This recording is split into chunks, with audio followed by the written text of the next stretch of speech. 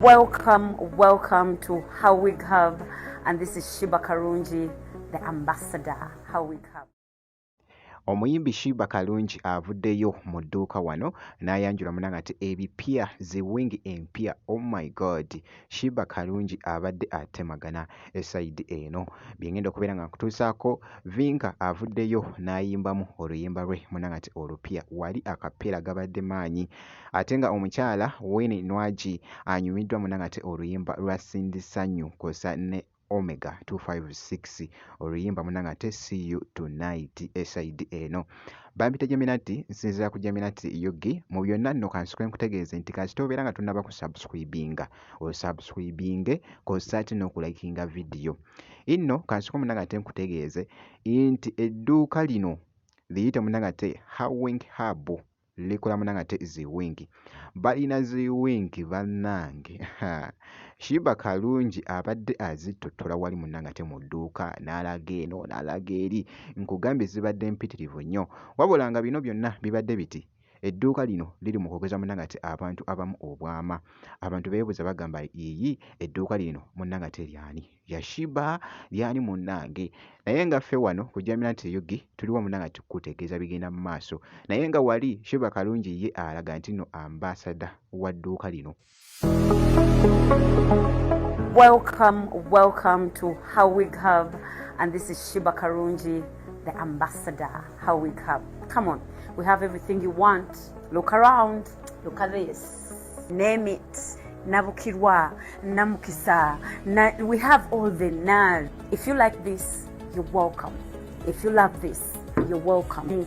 These are braids, only braids. Hawig Hub, we are here to give you a feel of being someone different each and every day. You must be wondering, where am I today? Because this shop looks different from the other one.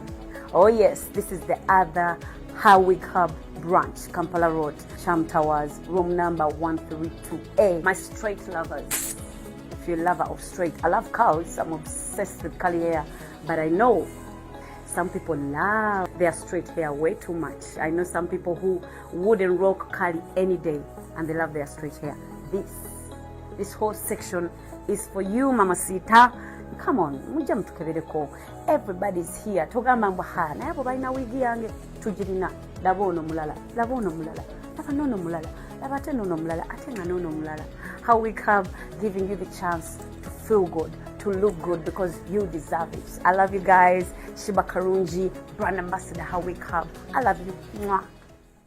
Yoyo nno munnanga ate mwana muwala Shiba Karungi. Inno focus wali ebadde nnyo ku Shiba, engeri gy'abadde atemaganamu munnange bibadde biri mu kwogeza abantu abamu obwama wali ku social media mu katambi kano.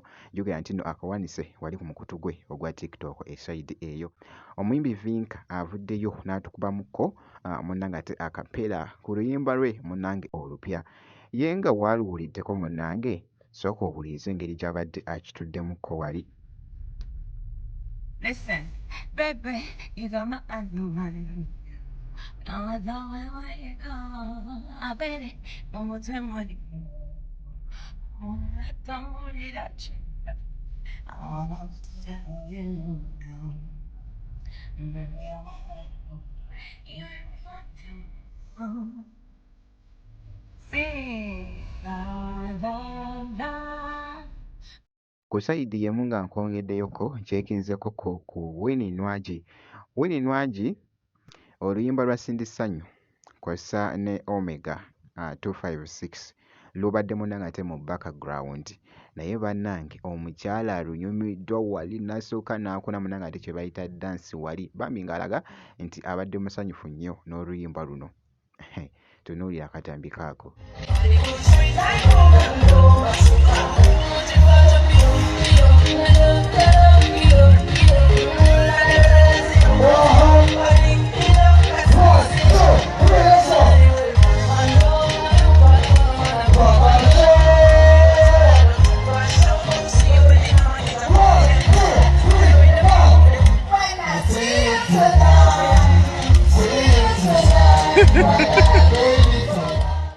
Yoyo oyo nno munnange ate omuyimbi Wayne Nwagi nkugambye abadde yeeyagala okkamalako obumazi era nga bw'olabye munnange ate mu katambi ako akabadde kafuuse ettabbu. Bwe nti nno munnange ate bwe nkoze nawali ku Shiba Kalungi kw'ossa ate ne Vinka. Kakasa nti osubscribinga ebisigadde byonna munnange ate obiturekere.